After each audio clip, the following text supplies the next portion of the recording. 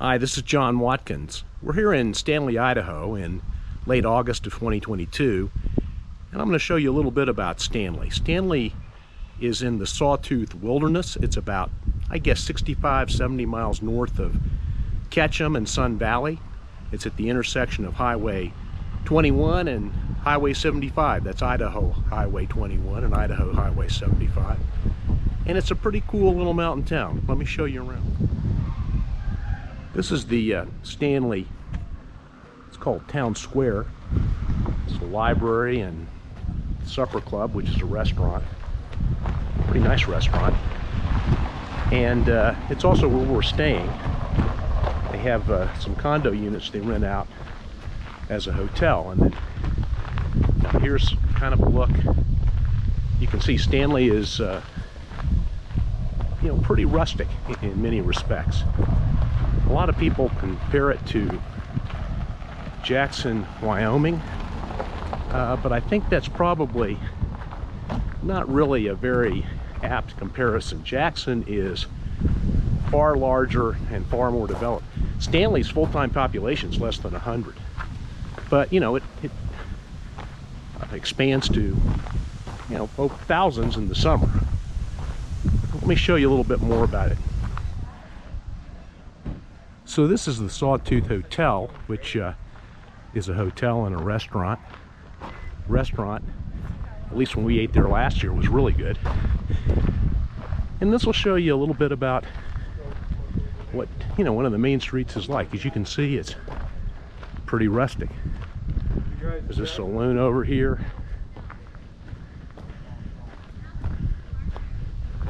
The highway is one block over. And on the highway there's a grocery store and one gas station, which is always busy. So why do people come to Stanley? Well, they come here to experience the Sawtooth Wilderness. Loads of hiking opportunities, biking opportunities. There are many lakes around here. It's Lake Stanley. Redfish Lake is probably the most developed and most famous. Then there's Pettit Lake, Lake Alturas, and other lakes where people will kayak or boat. And it's all managed by the Forest Service, so it's less restrictive in some respects than national parks, but has a lot of the same activities that people enjoy. Another reason people come to Stanley is because it has some of the darkest and most impressive night skies of any location in the United States. There's a dark sky reserve here, and there are also lots of historic ghost towns, and there's an old gold dredge near here that you can tour.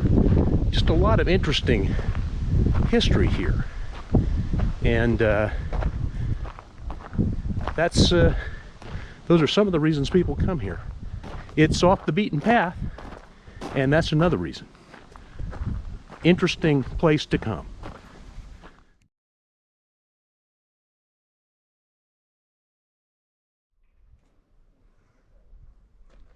We are here at Stanley Lake on a Monday afternoon in late August, and it is just beautiful out here.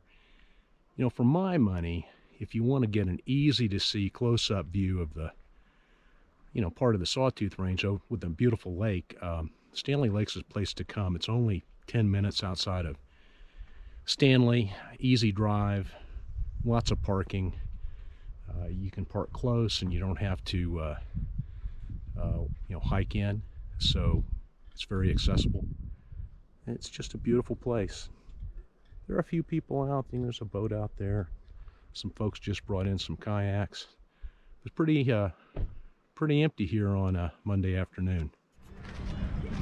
So we're here at Redfish Lake Lodge for dinner on Sunday evening, and it's a beautiful late summer evening. got the marina and boats here, the sawtooths in the background with some alpenglow on them. And then I'll just pan around here. You see the lodge and lots of people here. Getting a couple of really expressive children. But anyway, everybody seems to be having a good time. This is Alturas Lake, which is about 20 miles south of Stanley, just off the highway. It's a Forest Service lake where people boat. See some people bringing their boat in, and there's another boat out in the lake. The water is just unbelievably clear. It's really a pretty little lake, and doesn't seem like a whole lot of people come out here, so it's a nice place to visit if you want a little solitude.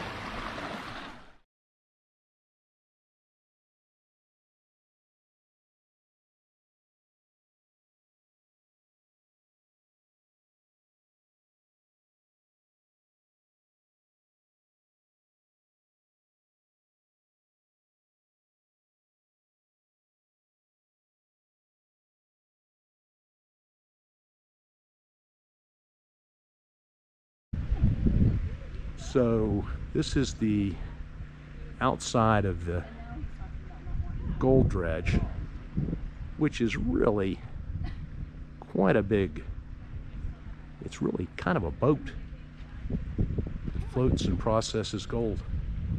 And it's open. And you can tour it for $5 per adult.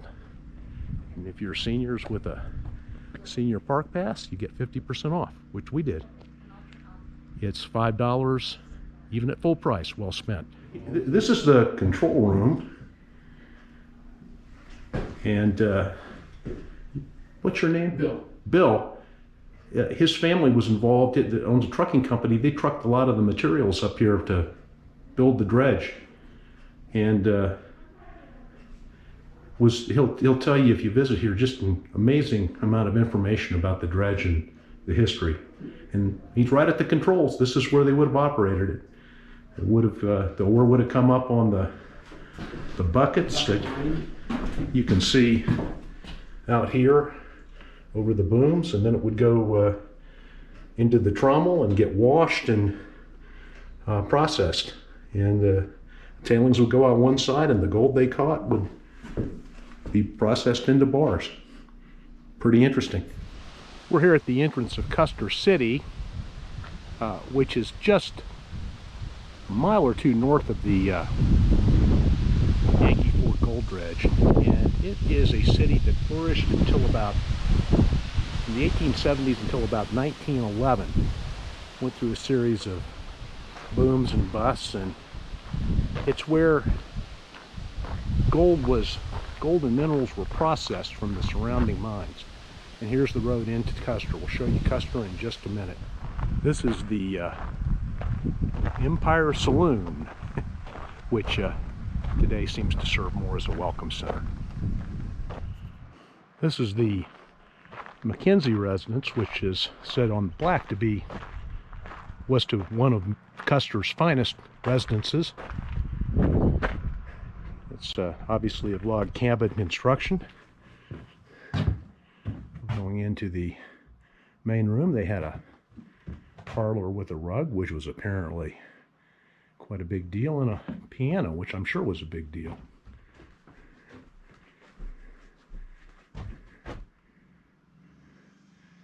Bedroom.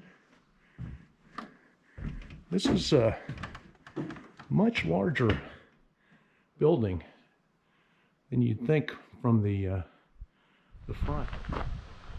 And this is an example of a miner's cabin. I presume it's been restored. The plaque says it was a simple life. And indeed, we have a butterfly in here. Indeed, it would have been. McKenzie residence was much bigger, as we just saw. Here you can see some of the old mining machinery that was used back in the day in Custer. shack in the background is the blacksmith shop that is on display.